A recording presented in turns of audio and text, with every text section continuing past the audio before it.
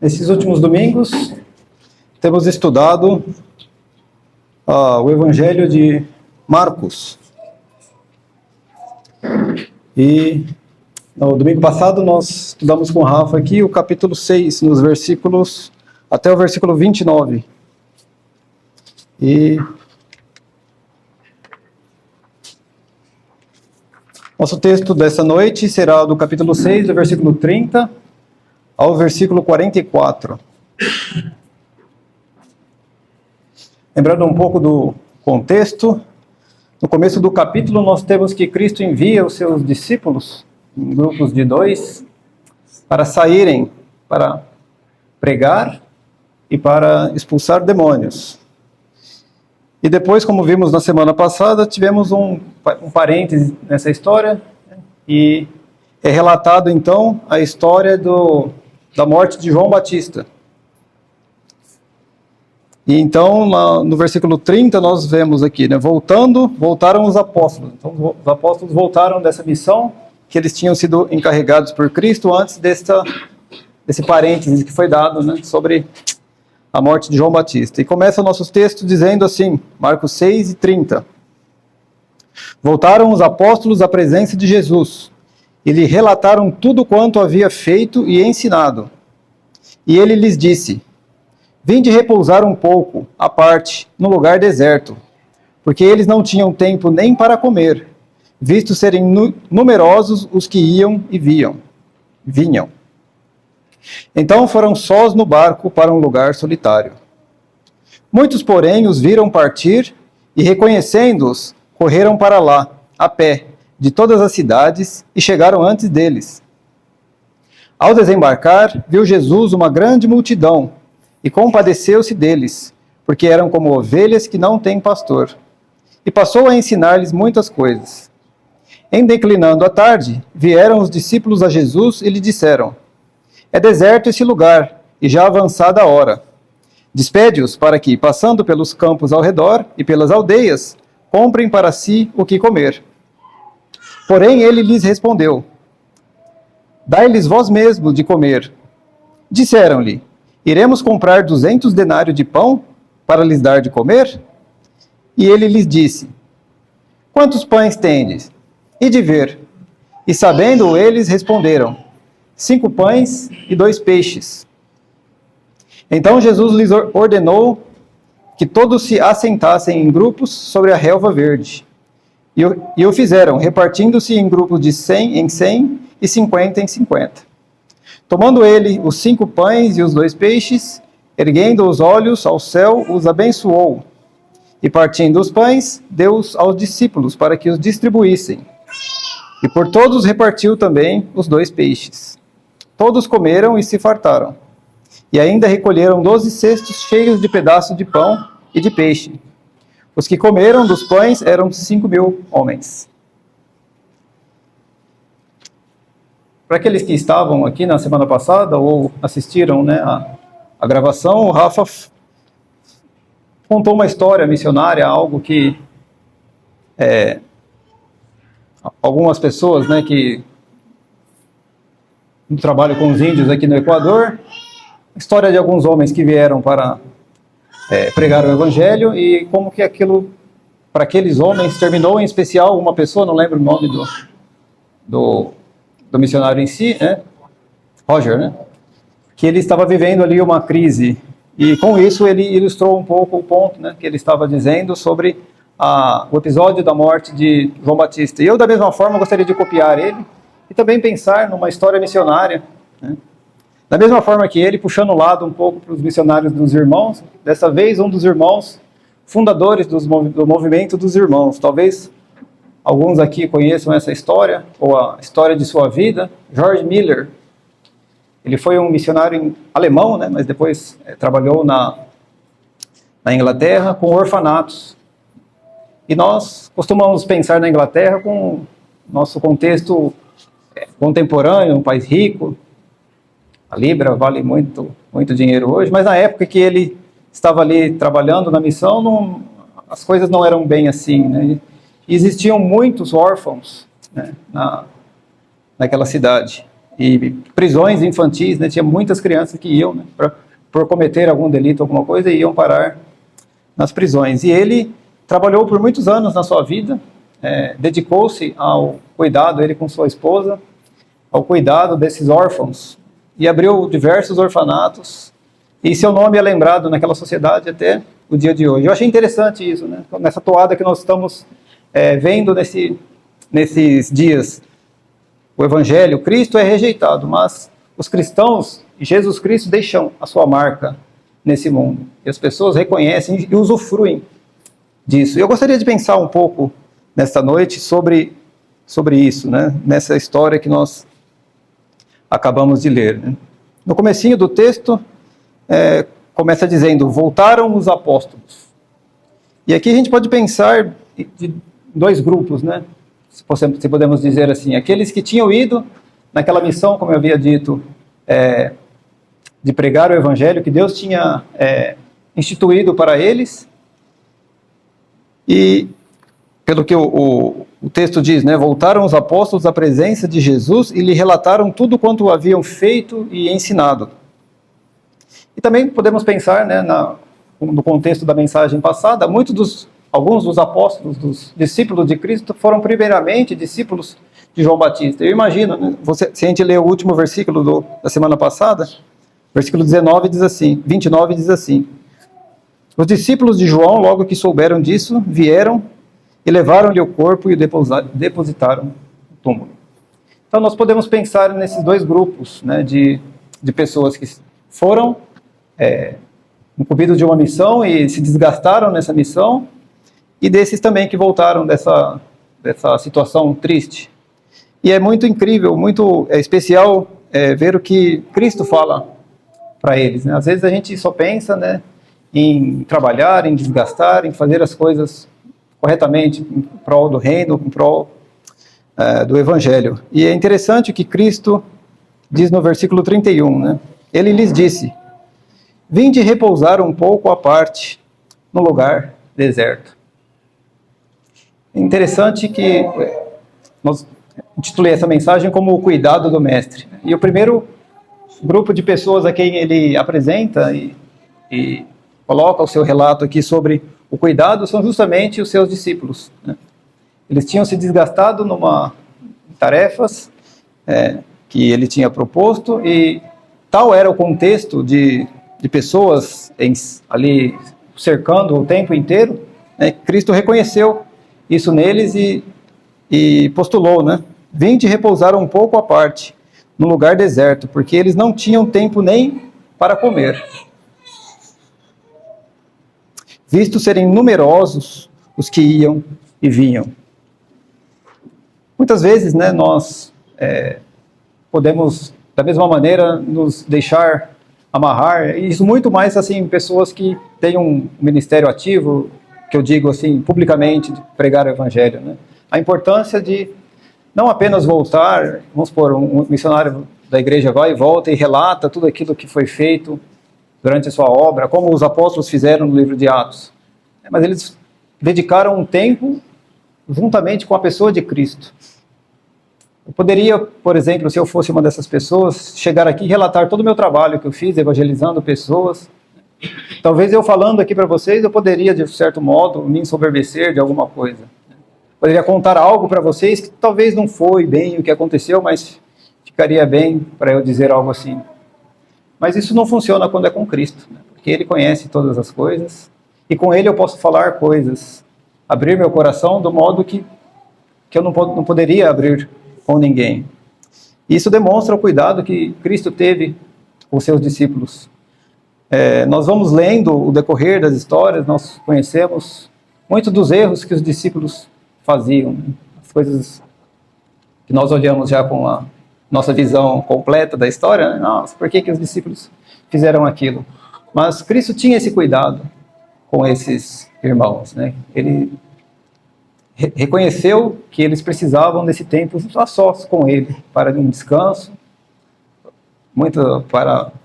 para que os próprios discípulos contassem, né, para Ele as experiências que eles tiveram quando estavam realizando essas duas tarefas, que era pregar, né, o arrependimento, e também essa expulsão de demônios que eles faziam como parte do mandamento que Cristo tinha deixado para eles. Imagina então, né, a felicidade, o conforto que isso não foi para os discípulos, né, ter essa sensibilidade por parte de Jesus Cristo, de abrir o coração para Ele, de ouvir o julgamento que Cristo tinha a respeito do trabalho deles. Mas o texto não acaba aqui, né? Versículo 32 diz: então foram sós no barco para um lugar solitário. Então, acho que foi o único tempo então que eles tiveram, né, a sós com Cristo, foi quando eles estavam ali no barco. Mas o texto continua dizendo no versículo 33: muitos, porém, os viram partir, e reconhecendo-os, correram para lá, a pé, de todas as cidades, e chegaram antes deles. Então aqui aparece um outro grupo que quer estar também, juntamente com Cristo, que são as multidões. Quem eram essas multidões?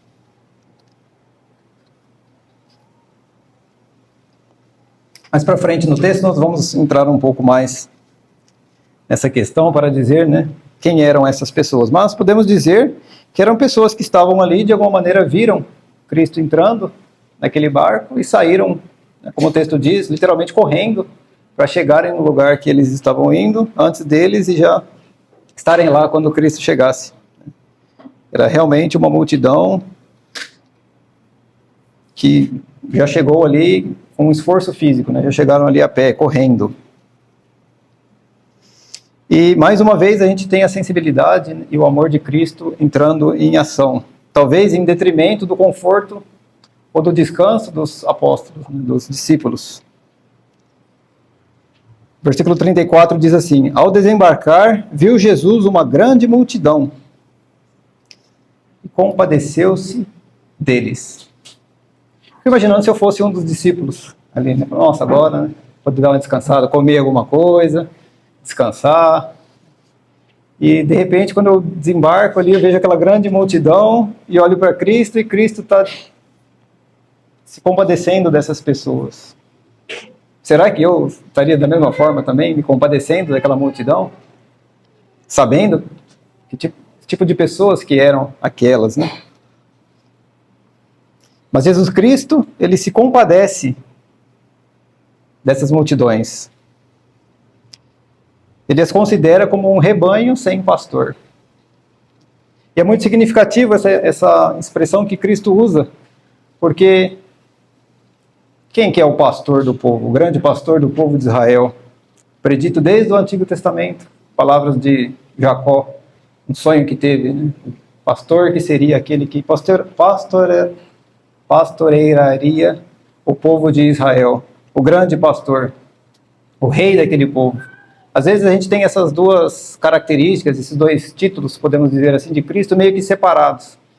Quando pensamos em rei, pensamos numa liderança mais rígida, mais militar, mais em batalhas. Quando pensamos em pastor, às vezes algo mais em tempo de paz, cuidado que ele tem com o seu rebanho.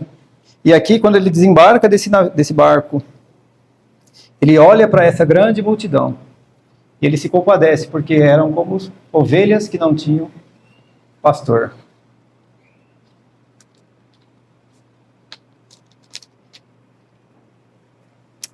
E passou a ensiná-las muitas coisas. Então, o mesmo trabalho que ele vinha fazendo, né, nós temos estudado esse texto e visto que ele estava se desgastando, sim, no ensino dessas multidões. E uma grande parcela dessas multidões estavam rejeitando, até os seus, né, nós vimos no começo do capítulo, da sua própria terra, da sua própria casa, não estavam dando crédito a ele, estavam o negando. Aqueles que eram servos, como João Batista, nós vimos, né, na semana passada, foi morto pelo rei por causa de um capricho, por causa de uma dança, algo bem assim, de pouca relevância, e foi dado cabo de sua vida, alguém de quem o próprio Cristo disse que dentre os nascidos de mulher não havia maior que ele. Foi esse tipo de multidão que Cristo se compadeceu. E se compadeceu porque ele sabia quem eram, sabiam a situação que eles estavam, onde eles se encontravam. Eles precisavam do que Cristo tinha para oferecer. E passou a ensinar-lhes muitas coisas.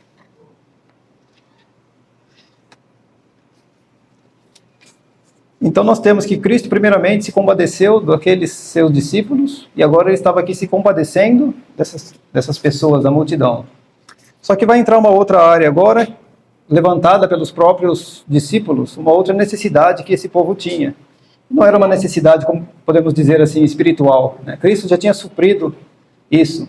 Não nos fala, nos é relatado aqui o conteúdo daquilo que Cristo ensinou a essas pessoas. Mas nós sabemos que, em suma, era o Evangelho. Falava sobre o reino dele, sobre a situação do povo que estava perdido e precisava de salvação. E aí, então, nos versículos 35, a gente tem, mais uma vez, os discípulos entrando em ação. Em declinando a tarde, vieram os discípulos a Jesus e lhe disseram: é deserto esse lugar, e já avançada a hora. Despede-os para que, passando pelos campos ao redor e pelas aldeias, comprem para si o que comer.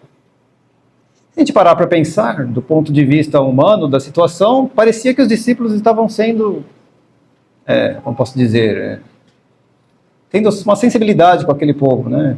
O tempo estava ficando de noite já, era um lugar que não oferecia recursos para nada, eles estavam no deserto. O intuito de Cristo ter ido para lá era justamente porque não tinha nada, né?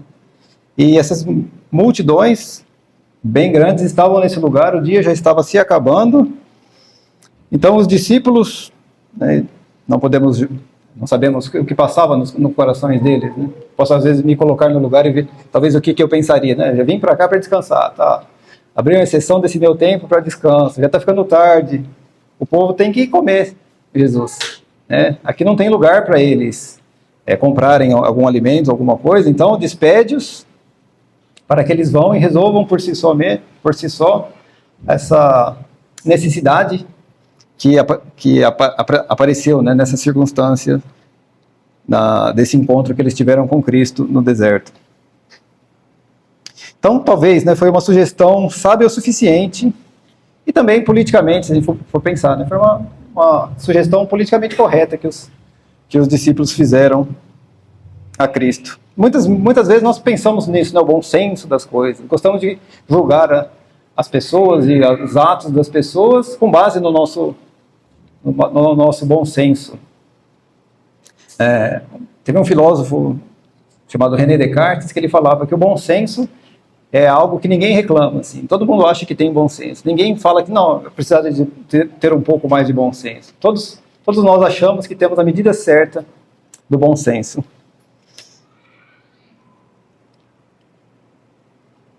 E usando esse bom senso, então, a sugestão dos apóstolos e dos discípulos era que Cristo dispensasse essa multidão. E interessante também que essa sugestão que ele deu, né, que eles deram a Cristo, os isentava de fazer qualquer coisa. Se a gente voltar lá para o texto, ele diz assim, versículo 36, despede-os para que eles, né, as multidões, as pessoas que compunham aquele grupo de pessoas, passando pelos campos ao redor e pelas aldeias, comprem para si o que comer. Nossa, Senhor, estão aí e tal, libera eles mais cedo, que eles têm esse problema, essa situação que eles têm que resolver, isso é o problema deles, despede-os logo, antes que o dia termine de fato, e eles não consigam, né, buscar esse algo que precisam para o seu sustento, né? Então, esse esquema proposto por eles mostra que eles estavam se isentando de qualquer papel, de qualquer responsabilidade quanto ao bem-estar dessa multidão. Que era algo, né, se você parar para estudar a lei de Deus, era algo que ia contra, né? Um dos mandamentos da lei era de exercer a bondade para com seu próximo, que está passando fome, que está passando necessidade. Então a gente tem aqui uma situação em que dificuldades são apresentadas. A hora já era avançada. O local era deserto. Não haviam vendinhas nas esquinas ali para para comprar mantimento. E outra coisa, né? Vemos pelo número de pessoas que compunham essa multidão, não era qualquer lugar que eles iam encontrar a quantidade necessária de mantimento para satisfazer essas multidões. E eu fico imaginando, né, muitas vezes a gente lendo as Escrituras e lendo as reações que Cristo tinha. Assim, geralmente é a última coisa que eu esperaria ouvir. Várias vezes que Cristo fala com alguém. Eu lembro, já falei isso aqui algumas vezes, quando Nicodemos vem à noite ter com Cristo e ele faz uma pergunta toda filosófica. E você para ver o que Cristo responde, parece que não tem nada a ver com o que Nicodemos está perguntando, né? Sabemos que o Senhor é alguma coisa, ninguém pode fazer as coisas que o Senhor faz. Como pode ser isso, né? E a resposta de Cristo é: Nicodemos, você tem que nascer de novo. Não era bem, né, o que Nicodemos esperaria ouvir como resposta. E logo depois dessa sugestão tão cheia de bom senso que os discípulos fazem então para Cristo, Cristo dá uma resposta mais ou menos nesses termos, né? Versículo 37. Porém ele lhes respondeu: dai-lhe vós mesmos de comer. Parece razoável essa sugestão de Cristo?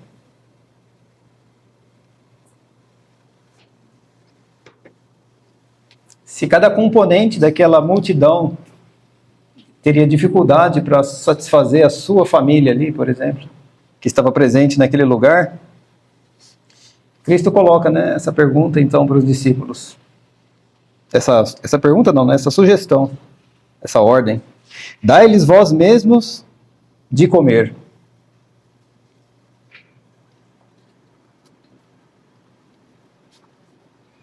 Cristo tinha mandado há um tempo atrás eles para sair e pregar o evangelho e realizar obras, e eles foram e voltaram exultantes daquilo que fizeram.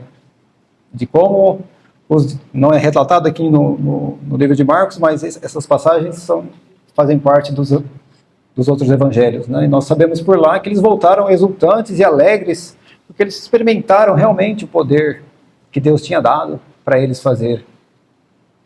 E então Cristo resolve fazer um teste com eles, né? Dá-lhes de comer. O que é mais fácil? Fazer o que vocês fizeram naquela empreitada toda? Ou dar-lhes de comer? Não sei qual que é o mais certo, qual que é o mais fácil.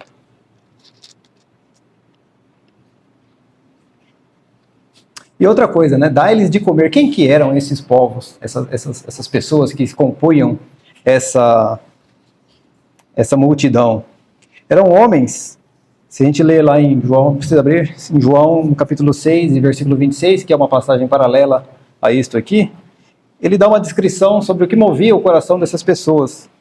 Eram homens que estavam procurando obter o que podiam de Jesus, seguindo-o por conta própria. Não para a vida eterna, não por causa dos seus pecados, e nem pelos milagres que eles viram, mas pelo que eles podiam obter de Cristo.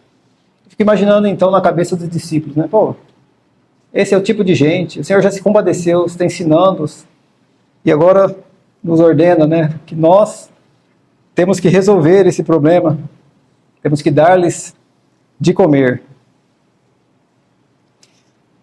E é interessante que Cristo conhecia a multidão, Cristo sabia quem que era, e mesmo assim, ele não os recusou. Quando ele desce do barco, ele vê aquelas multidões, ele se compadece. Não apenas do aspecto espiritual deles que ele via, mas também do aspecto das necessidades físicas daquelas pessoas.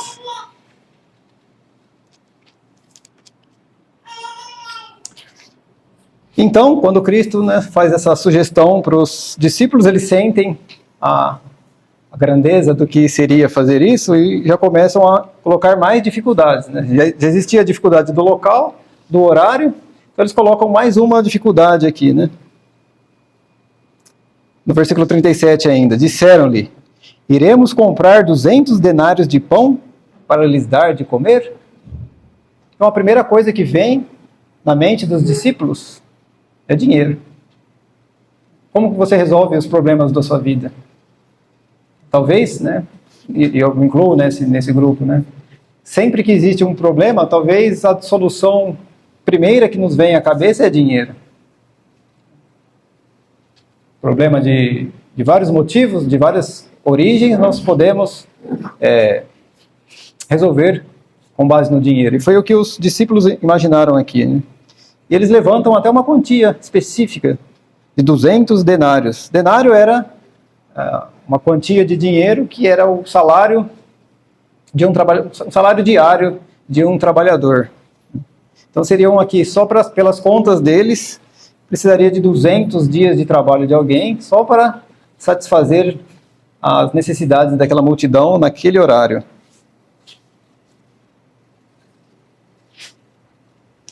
E parece, né, que os discípulos não estão querendo dizer que eles têm esse dinheiro ou que eles poderiam levantar esse dinheiro para então comprar esses alimentos, né? Parece que eles estão levantando, além disso, outra dificuldade, né? É algo insuperável. Como que nós vamos conseguir esse dinheiro, 200 denários, para comprar pão para essas pessoas, né? Era uma dificuldade além que eles colocavam para o seu mestre. Então Cristo começa aqui a resolver essa questão, começa a resolver esse problema. Ele inicia assim no versículo 38.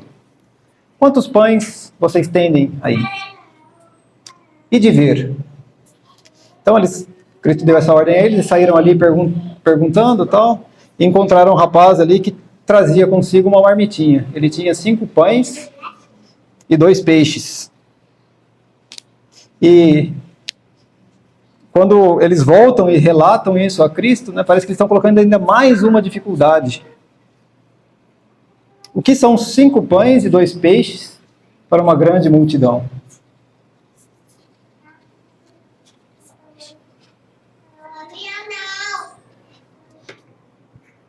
Eles estavam no deserto, eles tinham uma multidão para alimentar, eles não tinham dinheiro, estava ficando tarde. E o único alimento que eles tinham era 5 pães e 2 peixes. Insignificante. Mas o que é insignificante para o homem não é para Jesus. E eu fico imaginando, às vezes que eu já li essa história, né? Cristo não precisava daqueles 5 pães e 2 peixes. Se existe algo que nós podemos ver, tocar, sentir ou cheirar, foi criado por Deus. Em Gênesis diz que Deus trouxe esse mundo à existência do nada. Criou todas as coisas. Poderia muito bem ter assumido então ali a responsabilidade geral de tudo. Não, eu resolvo, vou criar aqui um monte de pão, um monte de peixe para essas pessoas. Mas é interessante, né, que Cristo não faz isso. Ele decide usar os recursos que estão ali nas mãos daqueles homens para realizar o seu milagre, para manifestar o seu poder.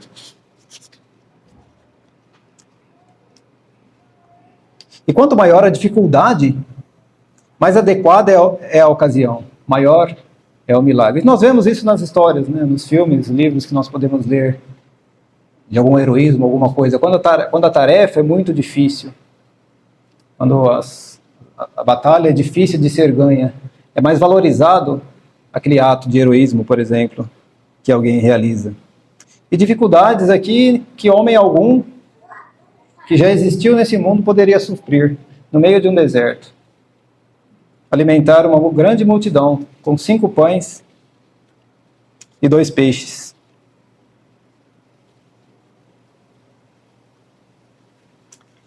Deus faz uso, ele faz por escolha, né, daquilo que é fraco, daquilo que é pequeno.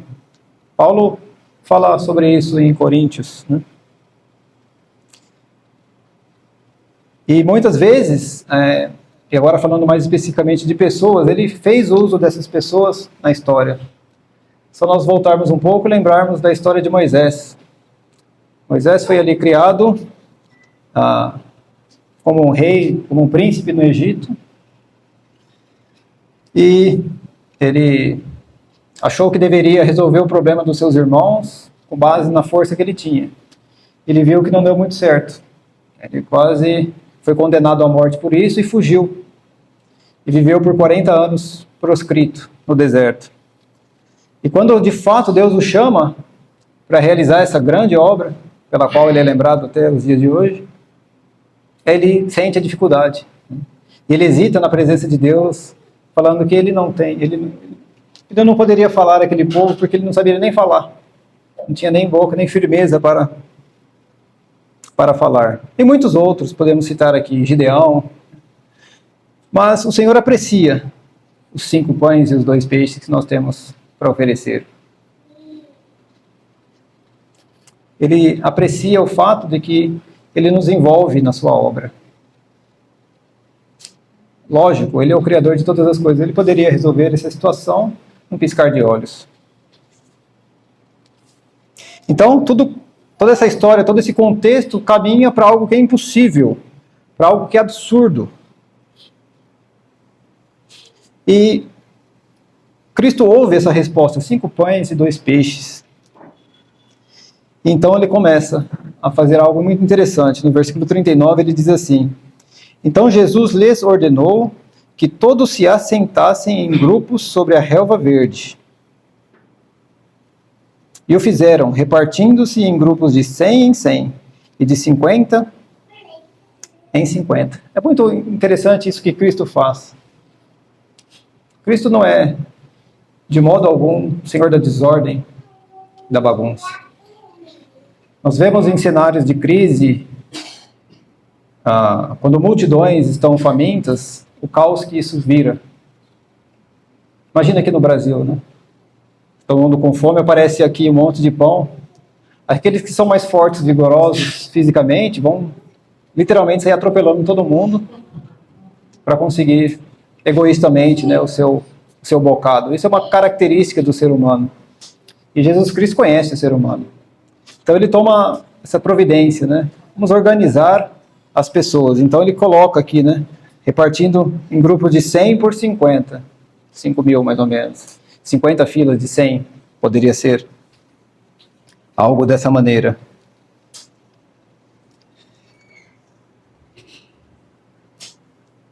Algo que era impossível iria acontecer. E nesse momento não existia local para desordem, para bagunça, para gritaria, para caos. Tudo tinha que estar organizado. As pessoas tinham que ver o que estava acontecendo. Tinham que experimentar o que eles iriam presenciar. Ele não se descuida dessa desordem, né? Ele traz essa ordem. Isso nos ensina muito, né? Como no nosso agir, né? Principalmente naquilo que está relacionado com a palavra de Deus. Nós temos que ter ordem, nós temos que ter decência em tudo que nós fazemos. Às vezes nós pensamos que temos apenas uma boa mensagem para trazer, mas isso não é tudo. A forma como que nós também devemos trazer para as pessoas é importante. Cristo não deixou isso passar despercebido. Ele organizou aquelas pessoas, ele trouxe ordem a um local propício ao caos. Muito interessante que isso está registrado aqui, não é à toa que isso está registrado aqui. Ele ia fazer algo e as pessoas tinham que estar atentas. Todos que estavam ali iriam presenciar isso, iriam ver o que Cristo tinha para fazer. A multidão não estava preparada para o que ia acontecer agora. E nem os discípulos estavam preparados. Tudo que eles conseguiram fazer até agora foi trazer dificuldades nessa questão. Eles não esperavam de modo algum que iria acontecer. Talvez com essas respostas, né, eles estavam se eximindo de responsabilidade, colocando dificuldades para que Cristo, então, despedisse as multidões. Mas, graças a Deus por isso, Cristo não despede as multidões. Se eu e você estamos aqui, é porque Cristo não despede as multidões. Os homens despedem. Os discípulos, por muitas vezes, quem não se lembra daquela ocasião em que Cristo estava abençoando as crianças e os discípulos estavam censurando eles para que saíssem e deixassem o mestre. Cristo responde: deixai vir a mim os pequeninos. Cristo não despede a multidão. Talvez pela nossa vivência nesse mundo, em contato com as pessoas e com os sistemas, e muito em parte da religião, os homens despedem as multidões. As religiões despedem as multidões. A sociedade, as empresas, os governos despedem as multidões. Talvez até pessoas bem intencionadas despedem também as multidões. Mas Cristo não. Cristo se compadeceu daquelas multidões. Mas talvez nós possamos pensar que ele tem aqueles escolhidos, como de fato tem, aqueles escolhidos, a igreja, que é a porção do povo para ele, povo dele, e que ele dá de ombros então para as outras pessoas. Mas não, Deus não faz isso, né? O fato de que existe um grupo daqueles que são salvos não limita a obra de Deus. Se tudo que existe nesse mundo, nesse universo, está do jeito que está, se cai chuva, se faz sol, se as estações do ano estão aí, se pandemias acontecem, mas vêm e vão, e as pessoas continuam, é unicamente por causa do cuidado que Deus tem com o ser humano, sendo ele salvo ou não. Se não fosse pela obra de Deus, nada disso se sustentaria. É Ele quem traz tudo isso. Ele quem sustenta a vida, tanto do crédulo como do incrédulo.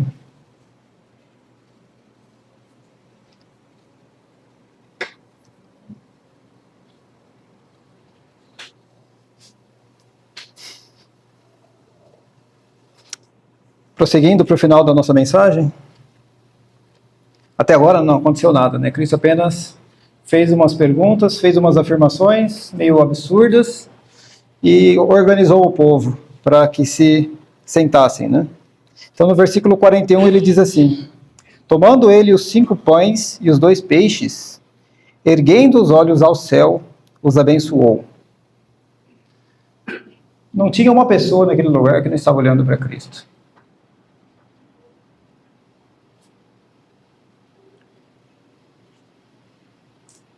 Cristo poderia muito bem ter já começado a sua obra ali, multiplicado aqueles pães. Mas Cristo veio como um servo. E tudo que ele fazia era pelo poder de Deus. As pessoas estavam olhando para ele. E as pessoas viram ele erguendo, no versículo 41. Erguendo os olhos ao céu. Quem habita nos céus? Os abençoou. E logo depois, então, o milagre que ele estava para fazer foi realizado.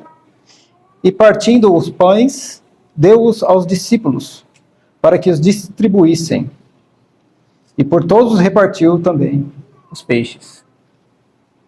Até aí tudo bem, ele poderia ter os cinco primeiros da fila, né, receber o seu pão, e os 2 primeiros da fila receber o seu peixe.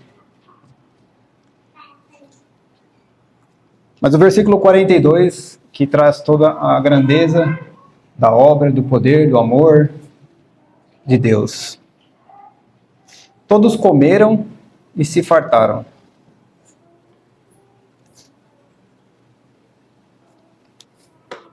Uma coisa é cada um comer alguma coisa, comer um pedaço de pão.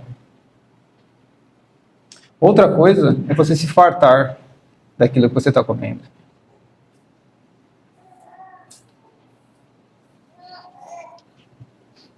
Jesus Cristo partiu aqueles pães e não entregou ele mesmo um a um aqueles que estavam ali, aquela multidão. Ele envolveu os seus discípulos nessa tarefa. Da mesma maneira como que ele faz conosco. Ele é o pão vivo que desceu do céu. E ele nos encarrega, seus servos, de ministrar essa palavra ao perdido. Nós somos servos que o Senhor leva em consideração.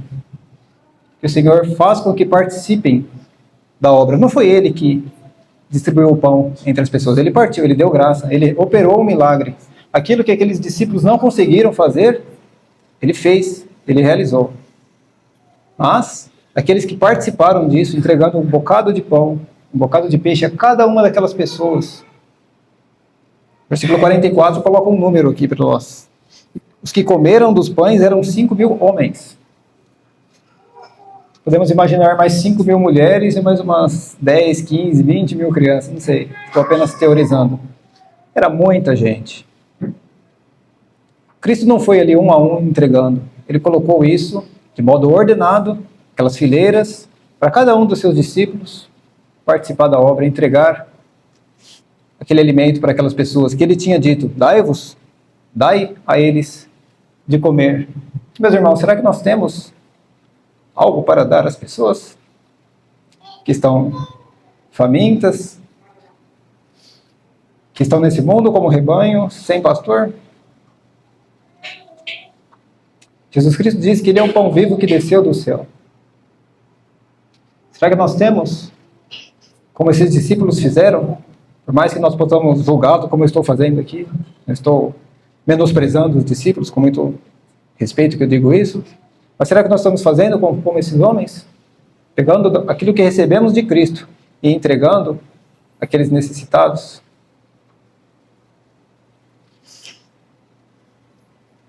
A gente pode cair num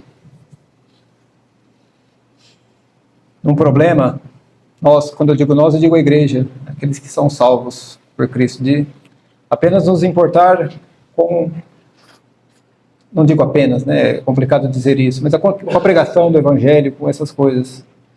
Mas Jesus Cristo, quando esteve aqui, a prioridade dele sim foi falar do reino, foi comunicar as verdades espirituais. Mas ele nunca foi insensível quanto às necessidades das multidões. E é nesse contexto que eu gostaria de trazer a história desse homem, né? Eu conheço essa história desse George Miller, como eu estava falando no começo, esse missionário, desde criança. E foi umas histórias que sempre me impressionaram. A história de semana passada é algo muito forte, porque envolveu a vida daqueles homens. Aqueles homens, para aqueles que não sabem do que eu estou falando, né, tem a mensagem gravada. Aqueles homens chegaram para evangelizar os índios e logo no começo eles foram mortos. Cada missionário, cada obreiro, cada servo tem a sua dificuldade, tem aquilo que é apresentado a eles. No caso desse homem, George Miller, ele foi apresentado a uma multidão de crianças que não tinham pais e mães, eram órfãos, que não tinham condição nenhuma de trabalho e de sustentar. Não existe apenas uma história da vida dele. Se você não conhece, eu imagino que ele seja bem conhecido, mas se você não conhece, procure conhecer sobre a vida desse homem. Ele viveu muito, pregou muito o Evangelho e fez a diferença na vida de milhares de crianças. Mas tem uma ocasião só que é bem famosa na vida dele, que eu gostaria de lembrar e com isso encerrar o nosso pensamento aqui essa noite. Em certa ocasião, Miller se viu com 300 órfãos reunidos para o café da manhã, sentados ali, organizados na mesa. Mas o fato é que ele não tinha um único pedaço de pão para oferecer para aquelas crianças.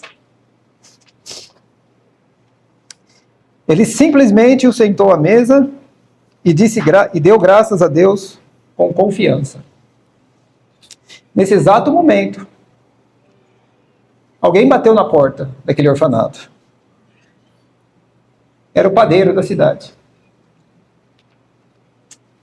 Ele disse que tinha acordado às 2 da manhã, com a sensação que ele tinha que levar aqueles pães daquele lugar. Eles estavam conversando ainda com esse homem, quando novamente bateu a porta do orfanato o leiteiro. A carroça dele tinha quebrado. Ele ia perder todo o leite que ele tinha ali. Ele ofereceu para aquelas crianças. George Miller foi um grande homem de fé. E tem várias coisas que ele diz sobre isso. É interessante você estudar o que ele dizia sobre ter fé. É uma coisa você esperar e crer em algo que Cristo não disse que ia te dar. E muitas pessoas entram nesse caminho, querendo obter aquilo, talvez por meio de fé, não sei, se enganando, mas que Cristo não prometeu. E se esquece que Cristo prometeu muitas coisas. E uma dessas coisas que Cristo prometeu é que o justo não passaria fome. George Miller sabia disso. Da mesma forma com que ele seguramente conhecia essa história que Cristo fez, ele confiou que Deus iria honrar a sua fé e alimentar aquelas multidões que precisavam. Irmãos, não sejamos insensíveis quanto às pessoas, às multidões. Né? Não apenas fale assim, vou orar pela sua saúde espiritual. Lógico, isso é de extrema importância, é o fundamental na vida do homem. Mas nós aprendemos que Cristo não agia dessa maneira, ele agia diferente.